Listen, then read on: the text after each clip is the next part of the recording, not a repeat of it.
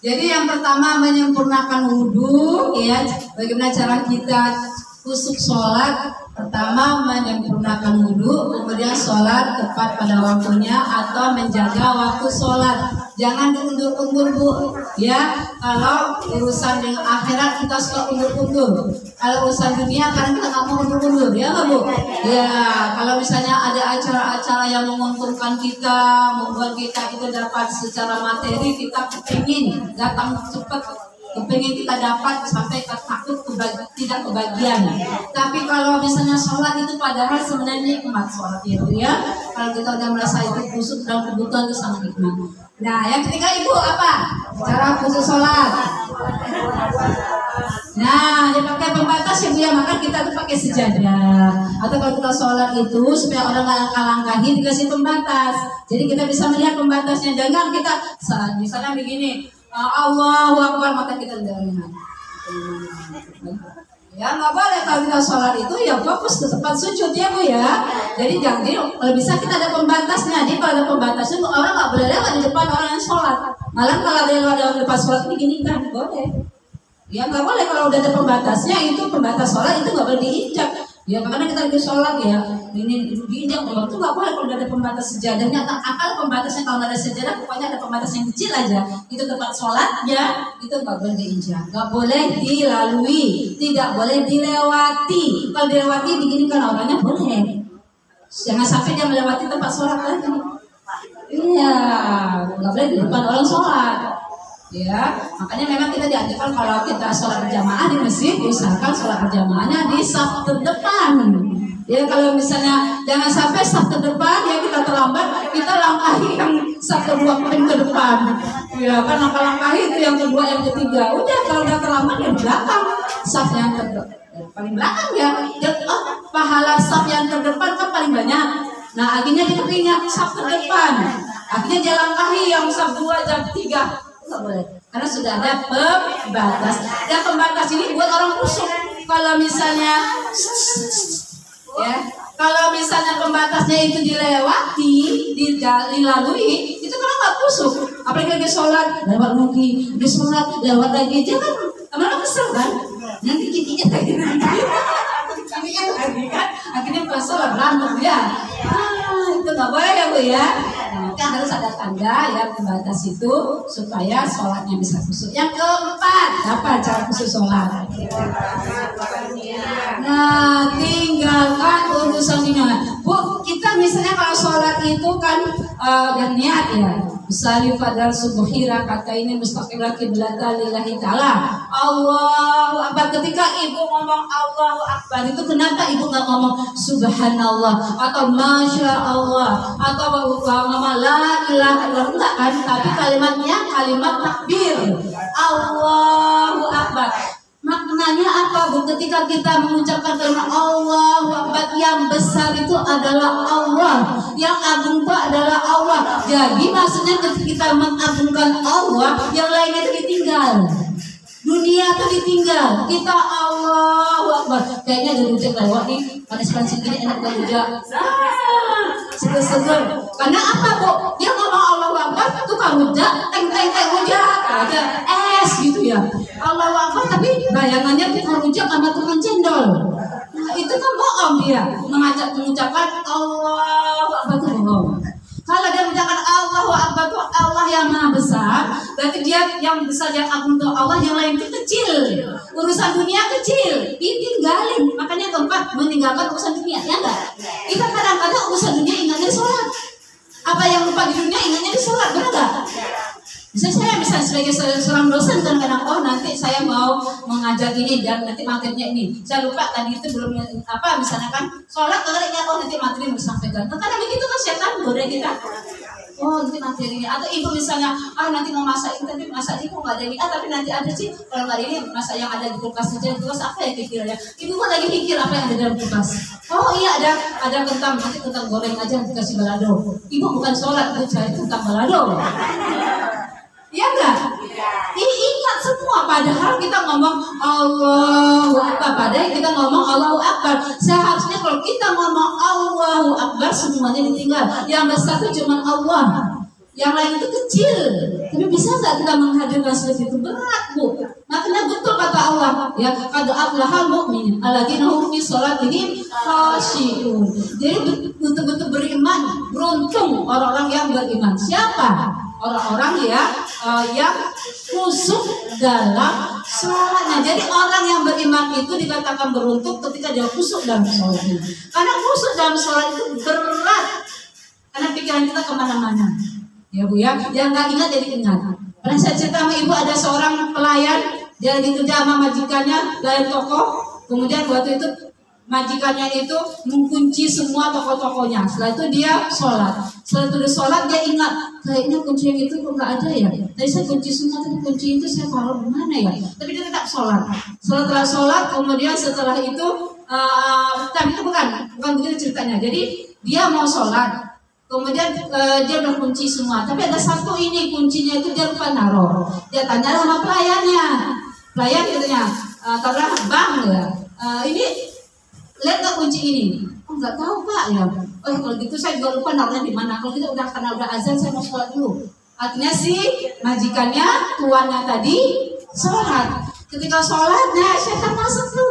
Nah dikasih bocoran ini tempat kunci. Oh kuncinya itu dia sholat. Rupanya kuncinya itu dia taruhnya di loker yang ini. Oh dia tadi lupa. Udah dia sholat, assalamualaikum, udah dia doa, setelah dia panggil itu kliennya tadi. Namanya bang Muis lah katanya, atau maaf bukannya bukan aku Muis, namanya mungkin siapa aja gitu ya. Kita katakan bang gitu, bang itu Bu kuncinya. Nah tadi kan bapak lagi sholat, itu dia. Waktu saya sholat tadi, saya ketemunya waktu saya sholat itu ingat nih loker yang biru, coba kamu cek deh. Nah pas dilihat, oh iya Pak, ada pada loker biru kunci ini Pak, kunci yang udah satu lagi. Pak, bapak temunya di mana tadi? Itu lagi sholat. Apa kata si pelayannya tadi? Kalau begitu bapak bukan sholat, bapak cari kunci. Oh iya ya. Mulai hari ini karena kamu cerdas, kamu telah mengingatkan saya, kamu telah menasihati saya, kamu telah mengingatkan saya bahwasanya saya itu menjadi orang yang lalai dalam sholat saya. Mulai hari ini kamu bebaskan. Ya, mulai hari ini saya bebaskan. Kembali kamu ya, saya kamu bebaskan berarti saya bebasin ya. Jadi kamu saya bebaskan jadi budak saya. Karena apa? Karena nasihat yang betul-betul menyentuh. Berarti bapak nggak sholat, bapak cari kunci, ketemunya di sholat. Ya nggak Bu? Nah, makanya Bu, ketika kita Allah, udah yang lain masakan tinggalin dulu, catering kemudian kita rindu ya. Aneh, ahli catering kita ada. Allah Akbar. Ini kayak ikan itu baru 20, pada pesannya 30. Sampai Allah mana beda. Tapi kayaknya ayamnya tinggal sedikit lagi, kayaknya menambah lagi deh. Kalau begitu bukan sholat lagi, ngitung catering. Maaf ya Bu dia, ini contoh aja ya. Yang ibu-ibu yang berdagang, ya kan, lagi berdagang tiba-tiba udah azan, waktunya udah mepet lagi sholat, gitu. Setelah itu ibu mau beli, astagfirullahaladzim, tadi mau beli, wah yang tadi sholatnya tadi mau baca Al-Qari'ah, ahal kemutakasur, tulullah wahadullah sahabat beli. Karena apa? Takut yang mau belinya lari kabur, ya nggak Bu? Ada nggak Bu gitu? Ya Allah, gitu ya. Kadang-kadang ya Bu ya. Kalau udah sholat tuh urusan dunia ditinggalin, kecil-kecil semua. Ya, nggak usah ingat lah namanya kita masak, makanya berhenti matiin tuh kompor. Nggak usah mikirin lagi, misalnya kita ada suami, mikirin Allah dulu. Ada anak, nggak usah tinggalin dulu sebentar, urusan anak Allah dulu. Sholat itu kan untuk ingat Allah. Kita kadang sholat tapi ingatnya dunia. Kan kita buat apa lagi? Setelah Allah Akbar kita mengucapkan apa? Ya, wajjahtu wajhiya lilladzi fataras samawati dan seterusnya. Wajjahtu, aku hadapkan wajah. Ibu bilang hadap wajah. Jadi ibu bohong nggak hadapin wajah? Kadang-kadang suka bohong juga mungkin. Wajahku, oh saya bawa dia ke sayur kampung. Padahal kita ngomong wajahtu, tapi bikinnya bukan saya hadapkan wajah saya, tapi pikir wajah dia sama sekali. Kata Allah, ini ngadapin wajah, tapi di dalam pikirannya lo dia sama saya tumis kampung, tidak sama goreng tempe, Bu. Nah ini yang harus kita tinggikan level kita, Bu.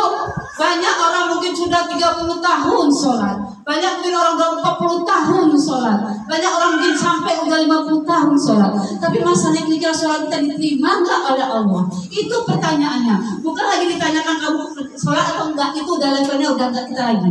Karena insya Allah kita semuanya pasti akan mengerjakan sholat. Karena itu kewajiban hukum Islam. Tapi sekarang itu yang harus ditanya, bagaimana khusyuk atau tidak sholat kita, lalai atau tidak sholat kita, itu yang harus ditanyakan. Ya Bu ya. Nah setelah wajah itu dan seterusnya, ada lagi kata-kata inna sholati wa nusuki wa mayahya wa mamati lillahi rabbil alamin. Sholatku, ibadahku, hidupku, matiku. Ibu lagi ngomong sama Allah loh Bu. Halo, lagi ngomong sama Allah kan? Tapi indah sholati, kenapa tuh si bocah nangis? Aduh, dibilangin jangan nangis. Padahal udah ngomong sholatku, padahal dengan si bocah udah ngomong udah mati. Ini ibadahku, si bapaknya mana? Lagi itu bukannya ngasuh anak, tuh minta kalau sebentar sholat, ya kan? Lalu ngomong Allah ibadahku, ya Bu, ya kan? Hidup wa mayahya. Coba nanti habis selesai sholat panggil Rena. Ngomong sedih dalam sholatnya enggak Bu? Padahal lagi bicara sama Allah, lagi berikrar. Itu ikrar enggak? Lagi berikrar. Kalau kita lagi berikrar tuh aduh hadirkan hati, memang berat musuh itu Bu. Saya juga sekarang tuh lagi belajar untuk musuh. Hah? Kebetulan nama calon yang mau nanti. Nah, jadi gitu ya Bu ya. Jadi kita lagi berjanji sama Allah kan, inna sholati wa nusuki wa mahyaya wa mamati lillahi rabbil alamin, gitu ya kan. Jadi kalau itu kita ini kan hadirkan Bapak gitu ya. Jiwa hati. Ya benar, sholatku untuk Allah, ibadahku buat Allah, hidupku buat Allah, matiku buat Allah. Bukan hidupku buat suami, buat anak. Itu hanya fasilitas sarana kita untuk ibadah pada Allah. Kalau kita punya suami, punya anak, punya keluarga dan seterusnya. Ya Bu ya. Apalagi kalau Ibu baca Al-Fatihah, ya. Kalau baca Al-Fatihah itu Ibu harus jeda, jangan tergesa-gesa. Makanya yang berikutnya apa? Nomor berapa? Nomor yang kesibukan dunia sudah ya. Nah, meninggalkan kesibukan dunia sudah nanti kita. 5, mencari tempat ya. Nah, jangan tempatnya yang berisik, ya Bu ya. Makanya dulu kita tuh sholatnya ada sejadah, kita sebagai tempat pembatas, punya tempatnya yang bersih. Kalau bisa di musola, ya Bu ya, atau di rumah tuh di kamar. Jangan ya Bu ya kita sholatnya itu kadang-kadang tempat-tempat yang kotor, ya, tempat-tempat ada najisnya, ya. Kalau itu bisa di pasar kan di pasar kan ada juga musola ya Bu ya. Pergilah ke musola. Musolanya di lantai 3. Ya Allah Bu, perhitungan banget nggak mau naik lantai 3, ya kan, capek di lantai 3 masuk urat. Tapi Ibu berlama-lama berdiri melayani pelanggan yang dagang, berani berdiri lama-lama naik ke lantai 3 untuk sholat, nggak mau. Berarti Ibu nggak mengatakan sholat itu cuma untuk Allah, cuma naik lantai 3 aja Bu. Saya ngajar di kampus saya itu lantai 4, nggak pakai lift.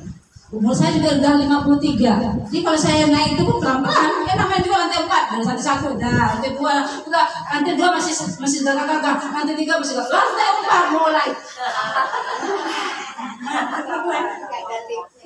Itu urusan dunia aja masih bela-belain. Nah, kalau kita dagang di pasar, apalagi kalau cuma lantai saya lihat juga jarang lantai 3 ya Bu ya. Paling lantai 2.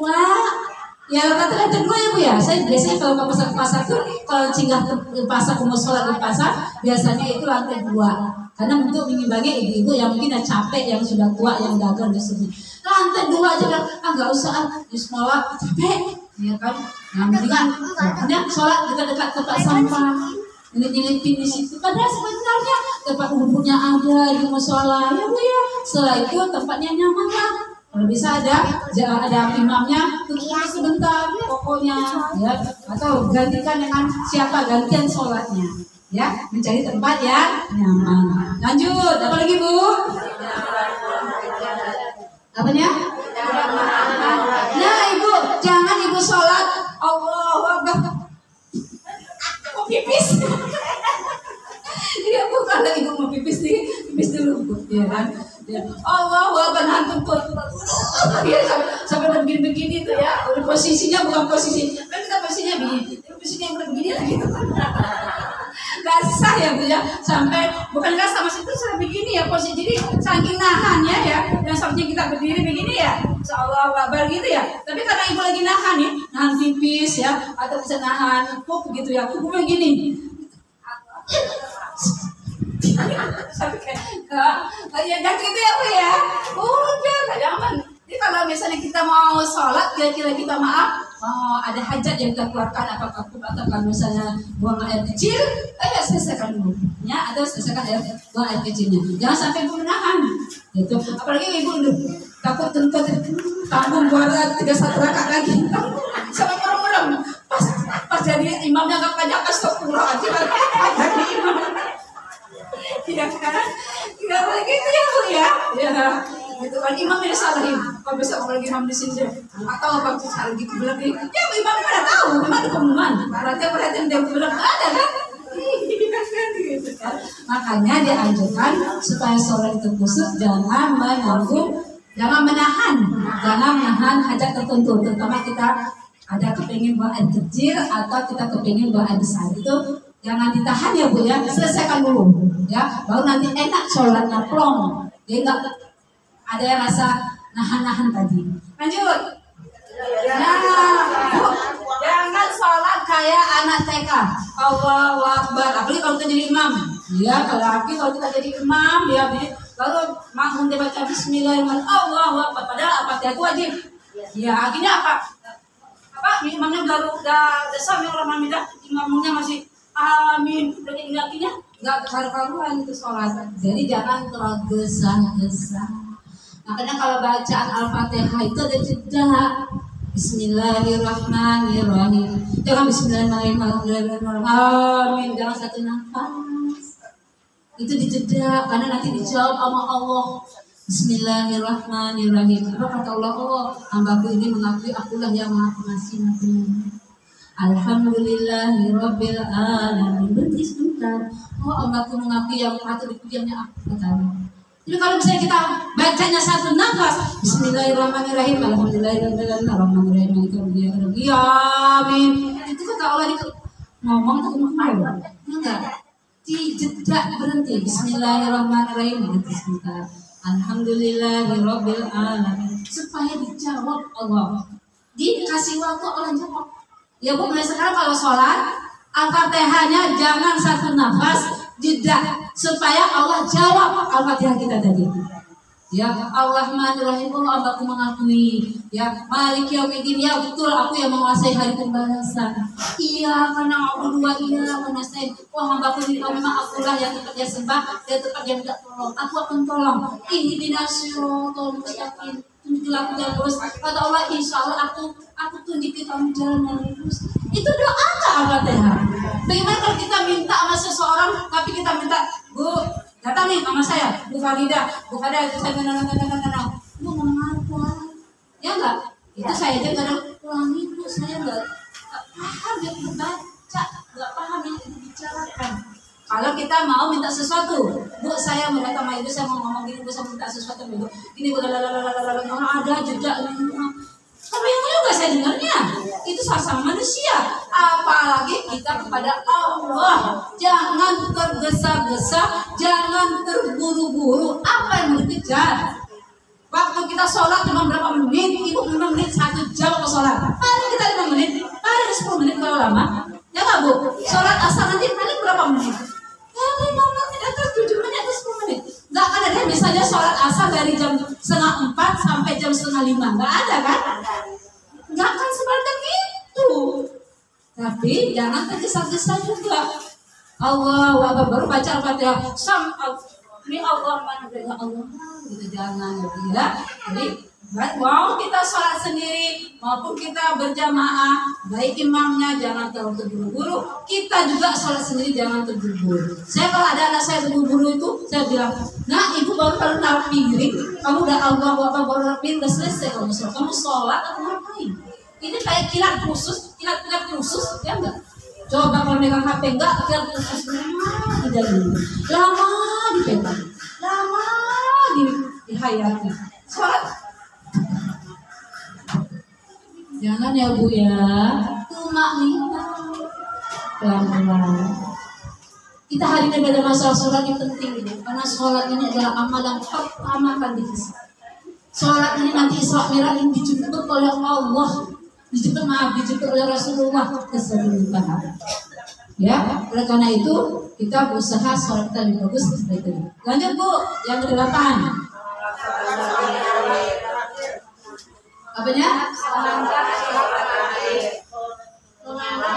Oh ya, menganggap sholat terakhir. Maksudnya gini Bu, saya nggak tahu umur saya kapan, kulun nanti ikatul maut ya. Setiap yang bernyawa itu akan mengalami kematian. Jangan-jangan sholat saya yang terakhir.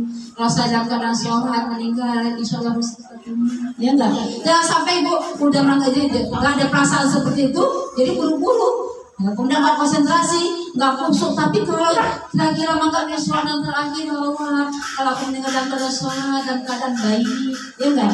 Dalam keadaan istiqomah, dalam keadaan begitu berbunajat pada Allah, kan gitu ya.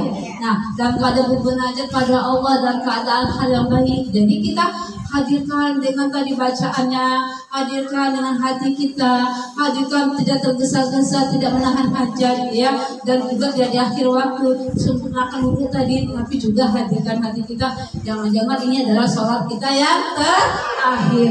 Kalau ini sholat kita yang terakhir, kita berusaha apa Bu? Berusaha tidak lalai dan lengah. Lanjut ya. Nah Bu, pandangan kalau sujud ya Bu ya. Jangan Allahu Akbar. Sami Allah maha beda. Enggak boleh ya. Jadi pandangannya adalah arah lihat gitu ya. Nanti jangan lupa nanti saking sejadahnya bagus, sejadahnya bunga-bunga, sejadahnya Hello Kitty. Ini cakep banget pink-pink kan, makanya bagus juga sejadah itu gambar binatang, gambar orang. Makanya ibu kalau masih lebaran nanti anak-anak, kalau sejadahnya kalau mau kenanya jangan yang gambar orang. Karena saya lihat itu banyak tuh ibu-ibu beli mukena tuh anaknya mungkin bagus ya, karena dia tuh pengen bulan Ramadan sholat di taraweh di masjid. Tapi kadang-kadang mukenanya projen begitu ya, ya princess.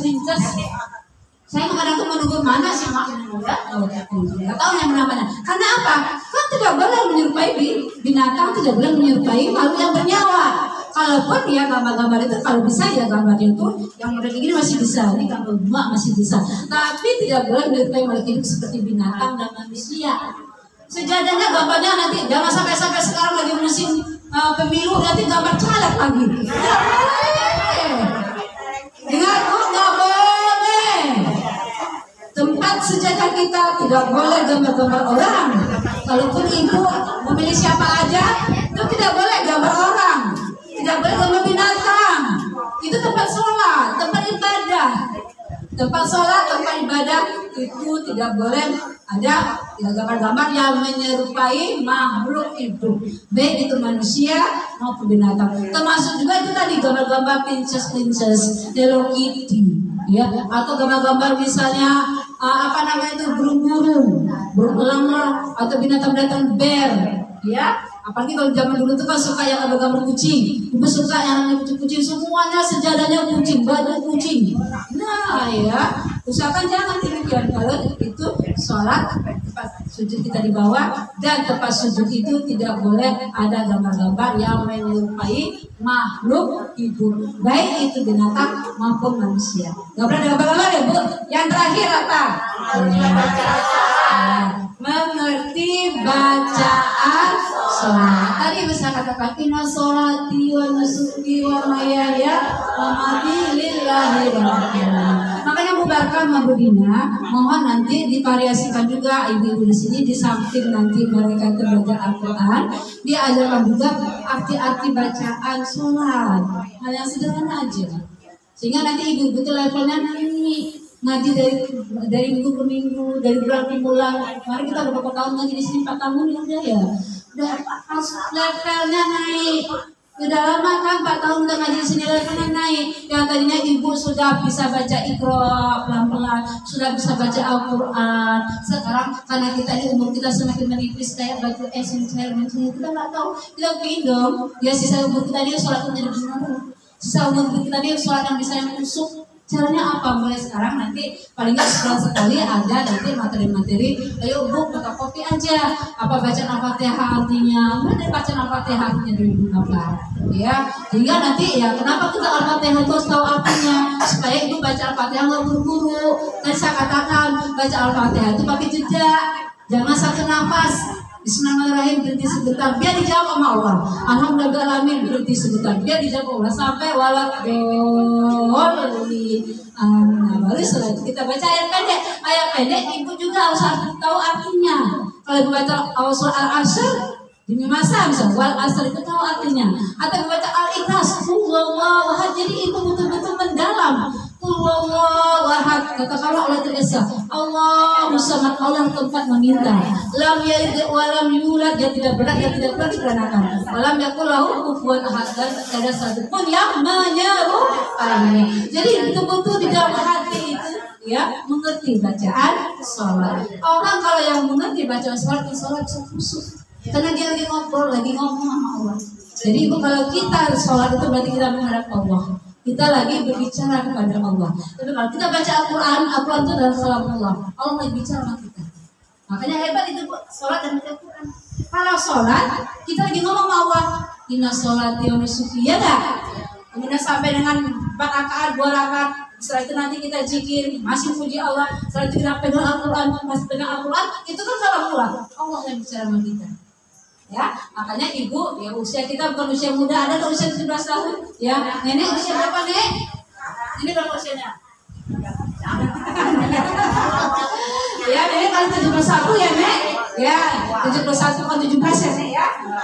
Ini masih ada nek? Alhamdulillah. Alamat 3. Oh, Masya Allah. Nek nanti di surga nek, di surga nggak ada nenek-nenek. Di surga nanti semuanya muda. Ya, kita semua berharap semuanya masuk surga Firdaus yang paling tinggi, dan semuanya nggak ada yang tua. Semuanya nggak ada lagi yang namanya bayar uang kontrakan, ya, nggak ada lagi pusing bayar cicilan, nggak ada lagi pusing dagang-dagang lagi, nggak pusing lagi misalnya ngurus cucu, ngurus anak. Semuanya nanti kita difasilitasi dengan kebaikan-kebaikan kemurahan dari Allah ketika kita sudah berbekal, dan sebaik-baiknya berkah adalah takwa. Mungkin itu yang bisa saya sampaikan ibu semua. Sekali lagi mudah bermanfaat, jangan dibuang. Kalau dibuang nanti Allah yang melihat ini. Berarti nggak serius ibu punya sholat khusyuk. Diulang-ulang di rumah, oke? Diulang-ulang di rumah, dibaca-baca lagi di rumah. Nggak khusyuk. Kata Ustazah Faridah, ada cara sholat khusyuk. Buka lagi sampai bisa